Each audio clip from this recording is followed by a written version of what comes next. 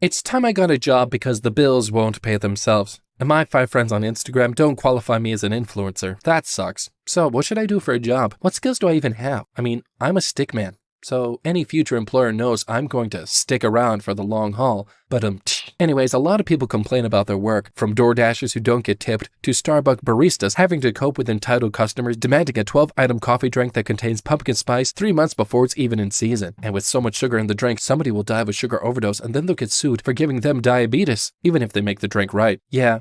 And on top of that, they still wouldn't tip. Or how about a job in the service industry that might as well be titled, "Yeah, this is the only job we couldn't get AI to do"?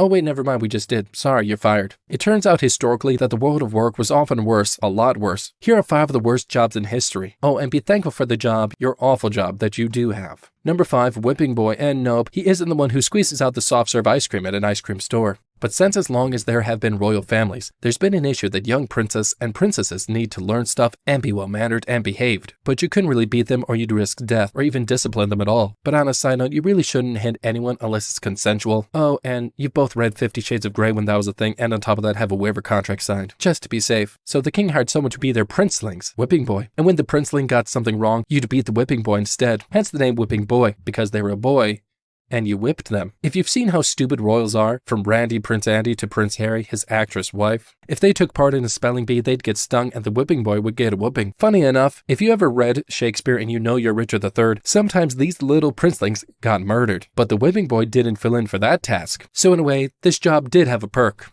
Number 4, gong farmer. What? Gong farmer? What the heck is a gong farmer? No, it's not getting Golden Globes after bribing the judging panel. Turns out crap can be worth its weight in gold. Well, sort of. Human fecal matter back in the day before modern plumbing was dumped in a giant cesspits in cities, and no, they still don't do that in Cleveland. Or do they? Moving on. This product was both a health risk and precious as, along with urine, it could be processed for such things, such as tanning leather and cleaning wool. The gross part was that these cesspits and private home privies or toilets were often only cleaned out every 2 years. Yeah. Oh, and you get paid by the ton of poop. And you thought your last job meant you had to take a lot of crap. Not like this one. The final insult was the name gong, which came from the fact that you were understandably considered unclean because you were covered in poop. Lepers at the time had to bang a gong or ring a bell to warn others to stay away, and you unfortunately were considered the same.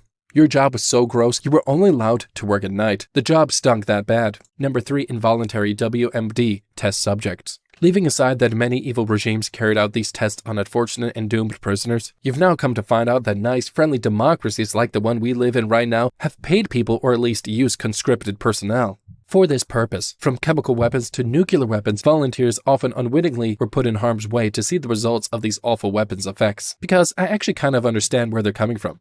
How is it going to tell if radiation gives folks cancer if you don't make them walk through the site where you just blew up an atomic bomb? Still, you could get lucky though. In the 1950s, the most reliable way to get your hands on LSD was by being a part of an undercover CIA experiment that was to be used in mind control. However, there is a film out there on YouTube of the experimenters giving an elephant a fatal dose of LSD. If you want to look for it as part of MK Ultra, look that one up and get a tinfoil hat though. Number 2, nuclear cleanup. Nuclear cleanup. In almost any job you take for granted, when somebody had to do something hazardous and awful to make it happen, like when the Chernobyl nuclear reactor blew up in 1986, it turned out that in order to get the radiation under control, hundreds of tons of irradiated concrete needed to be collected. But it turns out the radiation was too high for robots, but not humans. So yeah, the humans died, but hey, they were easier to replace. So they called conscripted soldiers biological soldiers and sent them only for 15 minutes, wearing improvised safety equipment made from bin bags and some bled and some lead paints. Some survived, and when your hair and teeth fell out, I guess you could say they saved a lot of money on haircuts and dental visits.